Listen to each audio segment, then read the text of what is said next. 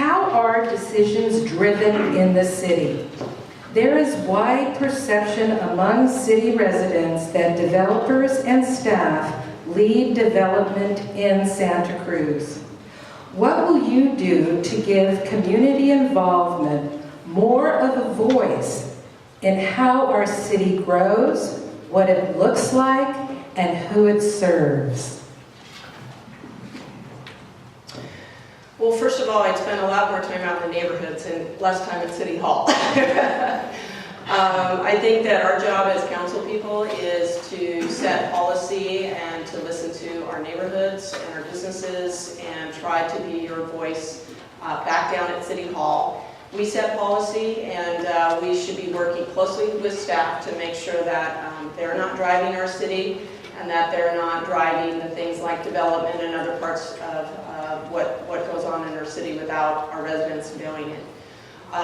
So I would start basically with being much more out into the community, out in our neighborhoods. I think the transparency level of the city has fallen significantly. I'm sure many of you have been on the website. I can't stand it. I can't find anything on it. But I'd like to see a lot more outward information coming out into the community, using different tools, and making sure that our community understands what's happening daily or weekly. Well, I think you're talking about money.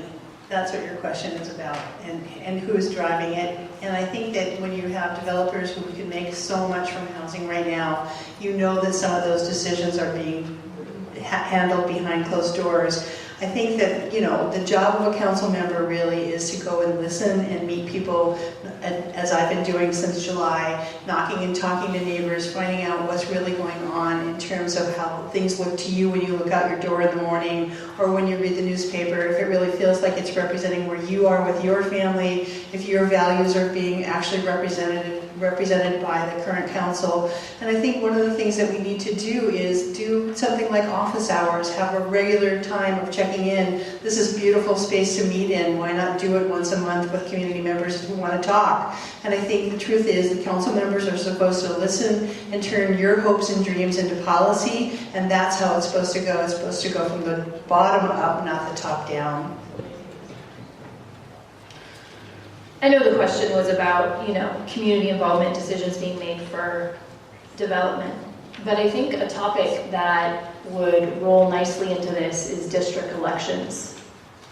There is a topic on the table right now that a committee is going to be reviewing if Santa Cruz would benefit from having district elections. And essentially, each area would have a representative. And I believe that this would help. Now, the research and the consulting still has to take place, but just from a quick glance, having each area, west side, east side, lower west side, upper west side, having these areas represented with one person would allow the neighborhoods to come together and know that they had a representative on council that could hear their concerns, what works, what doesn't work, and really lead and be the leader for them on council. Because I think a lot of times we all get busy in our lives and it's hard to reach out to our representatives. This might help. So I've actually had the job of council member for the past 4 years, and what I've discovered is it's really a balancing act. And so many times people will approach me and say, well, nobody I know likes X project. But a lot of times that person who's telling me I don't like this particular project, I've received 20 or 25 other letters from people saying they do like the project. And so we tend to all hang out in our own echo chamber, and so we tend to think that you know, everyone's thinking the way we are, so how could a council member vote differently than we do?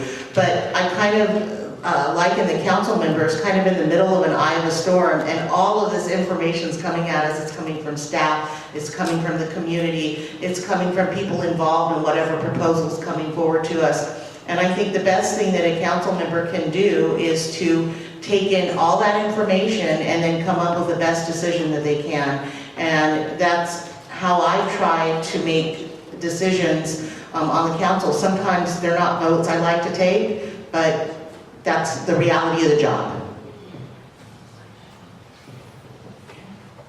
I think the question has a statement in it too, and it is that staff and developers may be running the show instead of the actual design and zoning. And I just want to share with you some of the things that we were given here. One goal was to build an environment in harmony with its natural setting. That's one of the things they're supposed to be designing by. Another one was that high quality design that reinforces the community's unique character. I don't think that's what they're doing down there. And I think there needs to be some changes on the planning commission. And I would like to see people that look like you on the planning commission, who are activists, who come out on a Friday night very concerned about what their community, what things look like, how they're being built, how they're being designed, and are you following your own rules? And I think that we'll benefit if we change the nature of the planning commission. There's some good commissioners on there, some that are not so good.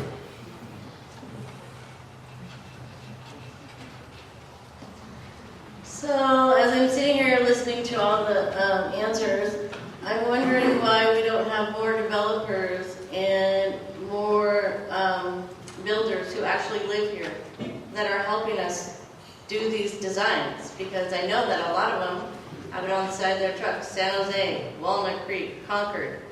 So how can those guys figure out what we want? They don't. They live in a whole different world than we do. So I think that maybe if we are working with our people here, we might be able to get what we want. We as a whole community, because everybody has ideas and eventually somebody's going to go, that's the perfect one. So I think if we can keep that more in line with what we have here, then we have builders and we have people who know what we like, what we want, what we need.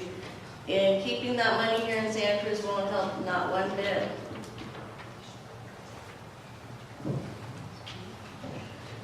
So I very much believe that we need to take the community's voice into opinion, and we really need to think about the values that we have in Santa Cruz.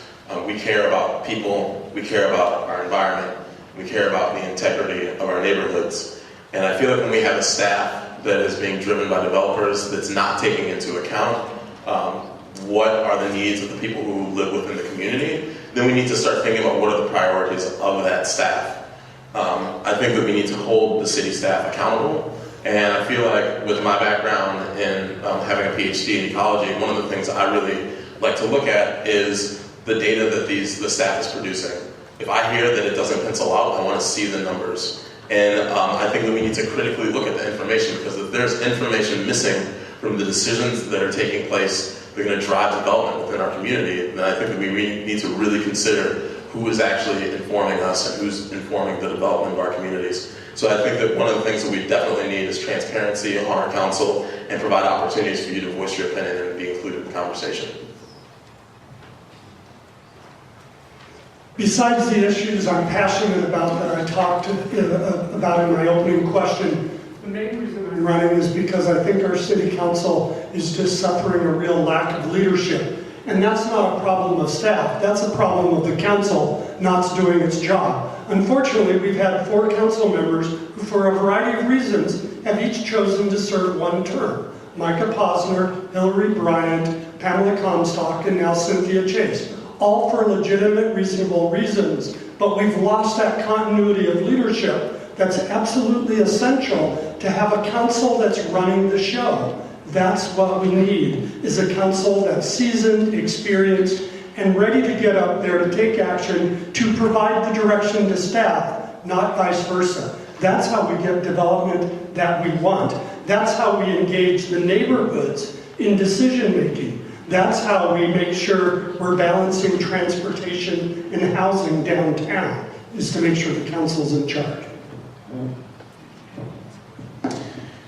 So I'm a community organizer. It's what I do for work.